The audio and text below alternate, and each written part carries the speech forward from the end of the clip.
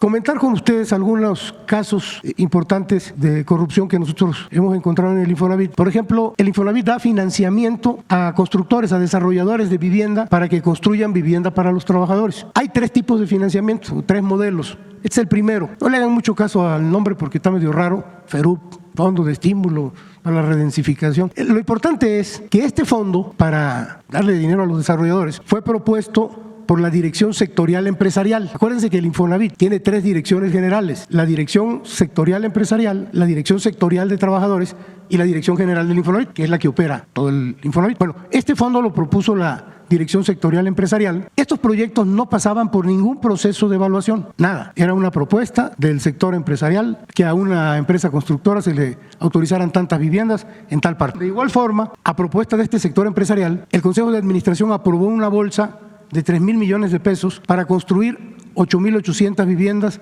con 76 empresas desarrolladoras. Bueno, 18 de estos desarrolladores adeudan 962 millones de pesos y están inconclusas 700 viviendas para los trabajadores. Entonces, este programa de financiamiento que propuso el sector empresarial afectó al fondo de vivienda y, por lo tanto, al ahorro de los trabajadores. Bueno, estas son las empresas que deben dinero, las que quedaron mal. Este es el monto, 962 millones. Todos estos proyectos recibieron recursos del Infonavit para terminar viviendas y otorgar viviendas a trabajadores. Hay una empresa que debe el crédito desde el año 2013, o sea, tiene ya 12 años, 11, 12 años. Con todo el apoyo financiero se les dio, no terminaron las viviendas ni pagaron los recursos facilitados con el programa. El siguiente caso es también un fondo para el desarrollo de viviendas, se llama Crédito Integral Total. Este lo propuso la Dirección Sectorial de los Trabajadores. Estos proyectos tampoco pasaban por ningún proceso de evaluación. El Consejo de Administración aprobó, acuérdense que son tripartitas y ellos tienen mayoría, empresarios, trabajadores, aprobó créditos por 724 millones de pesos. El total de esta bolsa se entregó a 20 desarrolladores. Iban a construir 9,400 viviendas. 13 desarrolladores adeudan dinero, considerando ya los intereses y todo, por más de 1,000 millones de pesos. Y 7,369 viviendas no se construyeron. Es decir, el 75% de todas las viviendas de este programa no se han construido o no se construyeron ya. La totalidad de los proyectos fueron propuestos, como decíamos, por el sector de los trabajadores y de nueva cuenta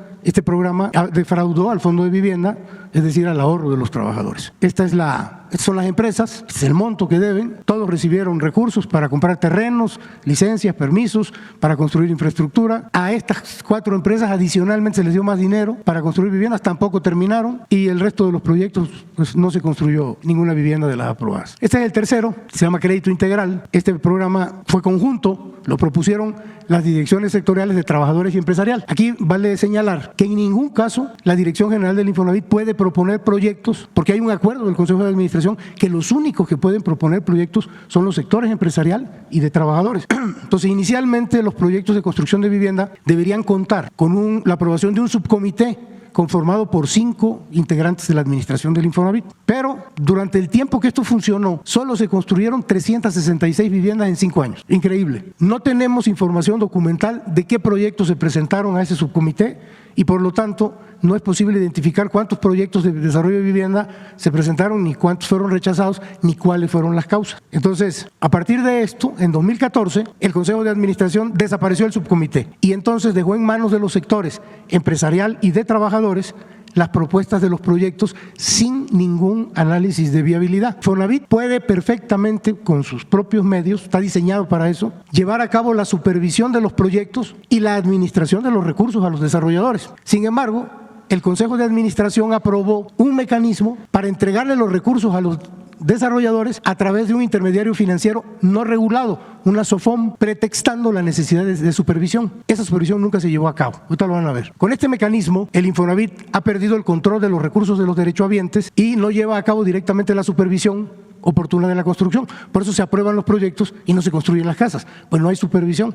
Y estos SOFOM no hacen la supervisión. Entonces, esta forma de intermediación no aporta nada positivo al proceso de construcción y deja al trabajador en un estado de indefensión frente al incumplimiento del constructor o de la propia SOFOM. Lo que sí es cierto es que la SOFOM recibe el recurso del Infonavit, lo jinetea, se beneficia con el cobro de las comisiones y el uso de estos recursos para otro tipo de negocios. Entonces, los sectores de los empresarios y de los trabajadores han estado insistiendo, acusando falsamente que la reforma a la ley del Infonavit va a eliminar la supervisión de la Comisión Nacional Bancaria y de Valores, cosa que no es cierto. Por supuesto que va a haber supervisión de la Comisión Nacional Bancaria y de Valores y de Hacienda en general hacia el Infonavit. Eso es lo que queremos. Bueno, pero acusan de que no hay o de que no va a haber supervisión de la CNB, pero por otro lado aprueban un esquema en el que las entidades financieras no reguladas por la CNB administran los recursos de miles de créditos de derechohabientes para financiar a desarrolladores. O sea, es un doble discurso. De 2014 a la fecha, los dos sectores, empresariales y de trabajadores, aprobaron 834 proyectos de construcción, 305 los trabajadores y 529 el sector empresarial.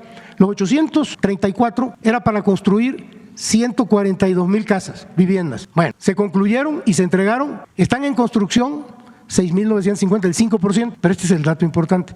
Sin inicio de construcción, 100,000, el 71%. Es decir, un mecanismo absolutamente ineficiente, inoperante y con mucha opacidad. De las 34,892 viviendas que sí se entregaron, una gran parte carece de servicios básicos y presentan vicios ocultos adicionalmente. Bueno, y tenemos dos casitos rapiditos de corrupción. Caso 1, esta es una SOFOM que se llama Crédito para Ti SADCB, que es una entidad no regulada por la Comisión Nacional Bancaria y Valores. Bueno, un ejemplo claro de corrupción de la forma en que opera el crédito a los desarrolladores es usando como intermediaria una SOFOM.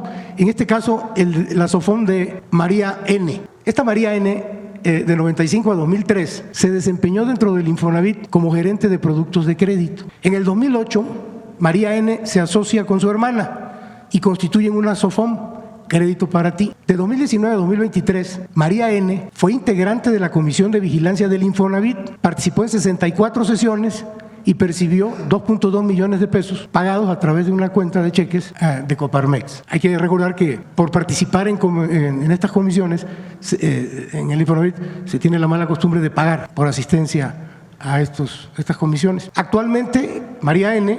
forma parte del órgano máximo de gobierno del Infonavit, que es la Asamblea General, y forma parte desde el sector empresarial. Bueno, María N. firmó en 2020 documentos de no existencia de conflicto de interés, declaró no ser accionista de ninguna entidad que dependiera financieramente del Infonavit, por lo tanto mintió. Entre 2020 y 2024, el sector empresarial propuso 14 proyectos que fueron autorizados por el Consejo de Administración y administrados por la SOFOM de María N., Crédito para Ti. Estos 14 proyectos eran para construir 1,543 viviendas, de las cuales 758 no han iniciado construcción, 291 están en proceso y solo se han entregado 494. Bueno, por si fuera poco, María N. ha participado en el esquema de ventas sucesivas o ventas múltiples de vivienda en el Estado de México, realizando avalúos en 27 operaciones de compraventa respecto de 11 viviendas, mismas que fueron liquidadas en menos de 365 días. Cuando ustedes sacan un crédito hipotecario en un banco o en el Infonavit, en un banco pues pueden ser 20, 25 años, en el Infonavit son 30 años, imagínense 27 operaciones de compraventa que fueron liquidadas en un año, créditos que se pagaron en menos de un año. Una vivienda fue vendida 5 veces, 2 viviendas 3 veces cada una y 8 viviendas fueron vendidas 2 veces cada una.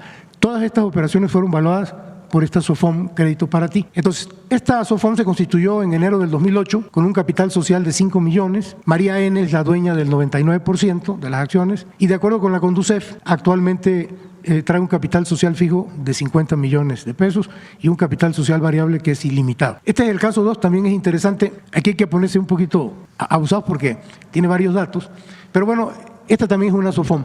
Soluciones de Inmuebles y Medios Express, Solimex. Es una SOFOM no regulada por la Comisión Nacional Bancaria y Valores. Bueno, Solimex es un ejemplo claro de conflicto de interés, ya que los desarrolladores, o sea, el constructor, elige a la SOFOM o a la entidad que le va a dar el dinero y que lo va a supervisar, o que no lo va a supervisar. En 27 de los 31 proyectos propuestos por el sector trabajadores, los desarrolladores, los constructores, eligieron a Solimex como administradora. Ojo, 63% de los proyectos nunca inició la construcción. A la fecha, 21 de los 27 proyectos administrados por Solimex adeudan más de 800 millones de pesos que debieron ser usados para comprar terreno, para las licencias, para los permisos, y de los 4 que sí comenzaron la construcción, adeudan casi 83 millones de pesos, y a pesar de estas irregularidades, lo lógico era que ya no se les diera nada, ¿no? A pesar de estas irregularidades e incumplimientos de Solimex, en lugar de cancelarles ya todas las operaciones y todos los proyectos, se les autorizaron 16 proyectos más por parte del sector trabajadores. Entonces Solimex dejó de entregar recursos a las desarrolladoras por un total de 68 millones de pesos, afectando a más de 300 familias, las cuales se encuentran con un crédito vigente, pero no han recibido su vivienda. Pues imagínense que el trabajador está pagando el crédito de la vivienda, de todos estos fraudes, vamos a llamarles así, o casos de corrupción, y o recibieron una vivienda sin servicios, o no han recibido su vivienda, pues sencillamente en algunos empezaron, se abandonó, en otras ni siquiera han iniciado las construcciones, pero el recurso del Infonavit ya está en estos fondos. Miren, por eso les decía que se pongan abusados porque no, está medio enredado. Este es Solimex, la SOFOM, y tiene como director a Jesús N. y tiene como comisario a José N. Chequen bien el colorcito del cuadro, porque Jesús N., que es el director, tiene parientes, este es Solimex, estos son los desarrollos que se autorizaron de vivienda y estas son las empresas constructoras. Bueno, Jesús N., que es el director de Solimex, tiene a Francisco N. y a Isis N., son familiares, en la constructora SACB y esta en la constructora Proyectos y Edificaciones MAR. Esta señorita o señora y son hermanos. Bueno, José N. En Solimex es comisario, pero en esta constructora, Quijano Desarrolladores, es accionista. Y bueno, hay otro señor que se llama Joaquín N., que es comisario en Desarrollo Marus, que es una empresa constructora. Aquí es comisario en esta y aquí es el administrador único en esta otra empresa, Supervisión y Construcción SIG. Entonces, bueno, hay una coincidencia que todos estos se llaman Carzabela, Paseo Carzabela, Carzabela Bicentenario, todos se llaman Carzabela. Pero bueno, hay como una especie de red aquí de complicidad. Hay un señor que se llama Abelardo N., que se desempeñó como director sectorial de los trabajadores del Infonavit hasta 2018, hasta finales antes de que iniciara la administración del licenciado López Obrador. El señor era el director sectorial de trabajadores. En 2017, el director sectorial, Abelardo N., propuso y se autorizaron 6 proyectos para desarrollar fraccionamientos Carzabela, los que veíamos atrás, administrados por Solimex en Campeche, Sonora, Guanajuato, Veracruz, Zacatecas y Yucatán. Entonces se autorizó la construcción de 2.365 viviendas. Se le otorgaron recursos por casi 220 millones de pesos. De estas 2.365 viviendas autorizadas, Carzabela, o sea, los 6 proyectos, inició la construcción únicamente 112 viviendas se iniciaron, mismas que se entregaron sin servicios y con deficiencias en calidad de construcción. Por lo tanto, la gente no los recibió, no están entregadas por este tipo de problemas. Bueno, y este señor Abelardo N., que fue director sectorial de trabajadores del Infonavit de 2009 al 18, pues recibió durante todo el tiempo que estuvo en Infonavit pago, bonos y liquidación de retiro por más de 99 millones de pesos. Nada más su bono de retiro en el 18 fueron 27 millones de pesos. Y este es el caso de Campeche, uno específico de los 6. En 17 se aprobó el Carzabela Bicentenario de Campeche, estaba integrado por 1.116 viviendas, no se ha entregado ninguna, el paquete se encuentra en proceso de construcción, ya tiene un retraso de 5 años, para no leer todo esto, 5 años de retraso. El Infonavit otorgó los recursos a la constructora SACB, que era quien iba a hacer esto, para comprar terreno, licencias, permisos, construcción de infraestructura, y el adeudo a la fecha asciende a 96 millones de pesos, incluyendo los intereses. Adicionalmente, el desarrollador recibió 45 millones para un paquete de 100 casas que no han sido recibidas porque presentan problemas de calidad y no cuentan con servicios. Lo que tiene que ver con la declaración patrimonial y de conflicto de interés, las direcciones sectoriales de los trabajadores y la empresarial decidieron que sus declaraciones patrimoniales y de conflicto de interés no sean fiscalizadas por ningún órgano de control, ni por la Auditoría Superior de la Federación, ni por la Secretaría de la Función Pública. Entonces, dichas declaraciones están resguardadas en un sistema protegido del Infonavit que se ocupa exclusivamente para almacenar esta información. O sea, la información existe, no es que nadie la puede ver. Para ingresar a ese sistema se requieren 2 llaves electrónicas maestras. Una se encuentra en poder de la Contraloría General del Infonavit y la otra en poder de la Presidencia del Comité de Auditoría, la cual, por instrucciones del Comité de Auditoría, tiene prohibido dar el acceso para revisar dichas declaraciones. Entonces, son 2 llaves, nada más tenemos una, sin la otra no se puede, no tenemos acceso a estas declaraciones. No nosotros, el país, pues, porque esto es dinero, y sobre todo los trabajadores, esto es dinero de los trabajadores. ¿Cuál es el objetivo de la reforma a la ley del Infonavit? Fortalecer la institución para erradicar la corrupción y que los trabajadores tengan la certeza de que van a recibir créditos de viviendas que se van a construir y que deje de haber estos esquemas de corrupción, que pueda entrar a auditar la Auditoría Superior de la Federación, el Infonavit, y que haya transparencia, porque lo que no hay, y es principalmente por esta participación al mismo nivel de las direcciones generales, de los trabajadores y de los empresarios, que no todos, obviamente, pero en muchísimos de los casos terminan en actos de corrupción. Ayer le di instrucciones al director del Infonavit que se pusiera de acuerdo con la consejera jurídica porque estamos presentando denuncias penales a la Fiscalía General de la República.